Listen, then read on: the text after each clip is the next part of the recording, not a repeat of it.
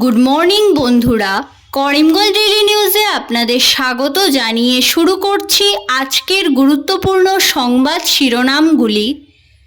70 বছরের ঊর্ধ্বে দেশের সকল নাগরিকরা পাবেন আয়ুষ্মান ভারত স্বাস্থ্য বিমার সুবিধা, মিলবে 5 লক্ষ টাকা পর্যন্ত বিনামূল্যে চিকিৎসা করানোর সুযোগ, সিদ্ধান্ত ক্যাবিনেট মন্ত্রিসভার বৈঠকে। বিস্তারিত থাকবে প্রতিবেদনে। 1000 টাকার বিনিময়ে মেডিকেল ফিটনেস সার্টিফিকেট, করিমগঞ্জ যুগ্ম সঞ্চালকের কার্যালয়ে সিএম ভিজিলেন্সের হানা। ফের ভয়ঙ্কর সড়ক দুর্ঘটনা সংঘটিত হলো কাটাখাল বাইপাসে। বাস এবং অ্যাল্টোর মুখোমুখি সংঘর্ষে মৃত্যু এক যুবকের। অধিকার চেয়ে এবার রাজপথে উপজাতিরাও, রাতভর গুলির লড়াই চলল জিরিবামে। তৃতীয় ও চতুর্থ শ্রেণীর নিয়োগ পরীক্ষায় 39টি কেন্দ্রে 20,720 জন পরীক্ষার্থী করিমগঞ্জে। প্রস্তুতি খতিয়ে দেখলেন ডিসি ও এসপি, আসছেন মিশন ডিরেক্টর ওম প্রকাশ।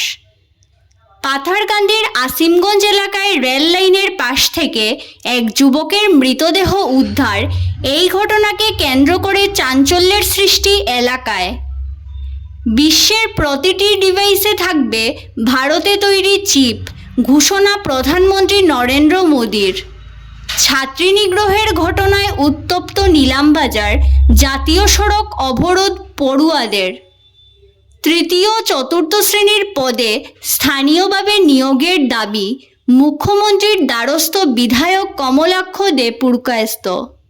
বিস্তারিত প্রতিবেদনে যাওয়ার আগে প্রত্যেক দিনের গুরুত্বপূর্ণ খবর পেতে অবশ্যই ভিডিওটিতে একটি লাইক করে ইউটিউব চ্যানেলটি সাবস্ক্রাইব করে পাশের বেল আইকনটি বাজিয়ে রাখবেন এবং ফেসবুক পেজটি ফলো করে ভিডিওটি শেয়ার করবেন। এবার সংবাদ শিরোনামগুলোর বিস্তারিত হলো। প্রতিশ্রুতি পূরণ, আয়ুষ্মান ভারত প্রকল্পের নয়া চমক মোদী সরকারের।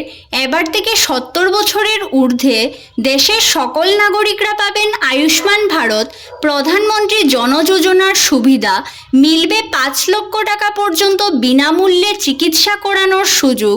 বুধবার প্রধানমন্ত্রী নরেন্দ্র মোদীর উপস্থিতিতে কেন্দ্রীয় মন্ত্রিসভার বৈঠকে এই সিদ্ধান্ত নেওয়া হয়েছে। বৈঠক শেষে এই সিদ্ধান্তের কথা জানান কেন্দ্রীয় মন্ত্রী অশ্বিনী বৈষ্ণব। কেন্দ্রের এই নয়া পদক্ষেপের ফলে দেশের 6 কোটি নাগরিক আয়ুষ্মান ভারত স্বাস্থ্য প্রকল্পের আওতায় আসার সুবিধা পাবেন। বিতর্ক যেন কিছুতেই পিছু ছাড়তে চাইছে না করিমগঞ্জ স্বাস্থ্য বিভাগকে। সিভিল হাসপাতালে রোগীর মৃত্যু, অনিয়মিত পরিষেবা সহ বিভিন্ন অনিয়ম নিয়ে বরাবর সংবাদ শিরোনাম দখল করে থাকলেও এবারে দুর্নীতির অভিযোগে জেলা স্বাস্থ্য সঞ্চালকের কার্যালয়ে সিএম ভিজিলেন্সের দল হানা দিল। যদিও অভিযোগের সত্যতা যাচাই করতে এসে খুব একটা সাফল্য মেলেনি 2 সদস্য বিশিষ্ট ভিজিলেন্স টিমের। জানা গেছে, সদ্য চাকরি স্থায়ীকরণ হওয়া শিক্ষকদের নথি ভেরিফিকেশনের জন্য মেডিকেল ফিট সার্টিফিকেট থাকা বাধ্যতামূলক, আর এতে রাজ্য সরকারের অধীনে থাকা এক বিভাগের কর্মীদের হাতে পদে পদে হেনস্থা হচ্ছেন অন্য বিভাগের কর্মীরা। বিষয়টি সিএম ভিজিলেন্সের নজরে আসলে বুধবার গুয়াহাটি থেকে করিমগঞ্জে এসে হানা দেয় বিশেষ দল। স্বাস্থ্য সঞ্চালকের কার্যালয়ের দীর্ঘ সময় তল্লাশি করে টানা কয়েক ঘন্টা জিজ্ঞাসাবাদ করা হয় সার্টিফিকেট ইস্যুতে জড়িত থাকা স্বাস্থ্যকর্মীদের। যদিও কোনো ধরনের গ্রেফতার বা নগদ অর্থ উদ্ধারের তেমন কোনো খবর পাওয়া যায়নি। এদিকে শিক্ষকরা বলেন, পাহাড় প্রমাণ অভিযোগ রয়েছে স্বাস্থ্য বিভাগের বিরুদ্ধে। 1000 টাকার বিনিময়ে কয়েক ঘন্টার মধ্যে দেওয়া হচ্ছে ফিটনেস সার্টিফিকেট। অভিযোগ উঠেছে বলেই গুয়াহাটি থেকে ভিজিলেন্স দল করিমগঞ্জ এসেছে। সঠিক তদন্ত হলে স্বাস্থ্য বিভাগের অনেক কর্মী পুলিশের জালে ধরা পড়বে। কাটাখাল বাইপাসে ফের ঘটল সড়ক দুর্ঘটনা। এবার বাস এবং অ্যাল্টোর মুখোমুখি সংঘর্ষে ঘটনাস্থলেই প্রাণ হারালেন এক সরকারি কর্মচারী। মৃত যুবক 5 গ্রাম পুরান বাজারের বাসিন্দা কুমার গৌরব দেব, শালচাপড়া উন্নয়ন খণ্ডের জিপিসি গৌরব এদিন প্রধানমন্ত্রী আবাস যোজনার জরুরি কাজে কাছাড় জেলা পরিষদ অফিসে যাচ্ছিলেন। তবে গন্তব্যে পৌঁছার আগেই দুর্ঘটনার শিকার হন তিনি।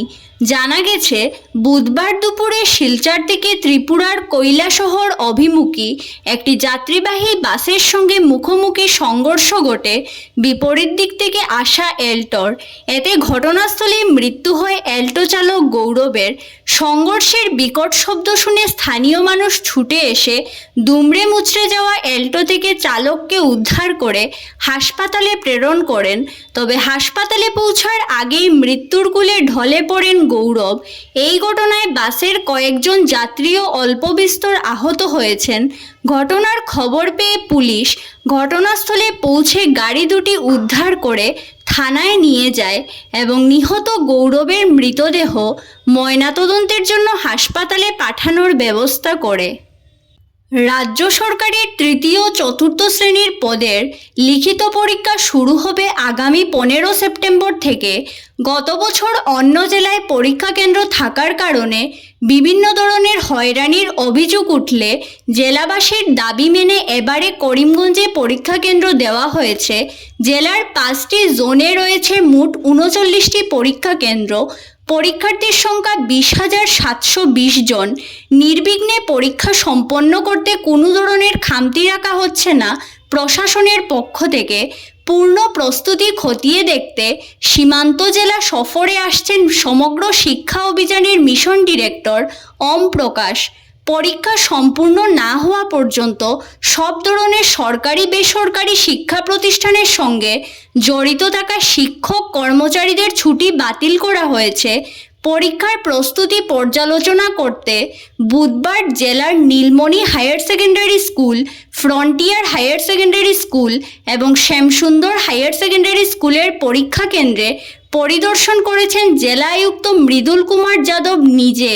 অন্যদিকে করিমগঞ্জ কলেজ, ভিকমচাঁদ বালিকা Vidyaniketan HS school, Karimganj senior secondary school, Vivekananda college of education সহ একাধিক পরীক্ষা কেন্দ্র পরিদর্শন করেন পুলিশ সুপার পার্থপ্রতিম দাস সহ অতিরিক্ত পুলিশ সুপার প্রতাপ দাস।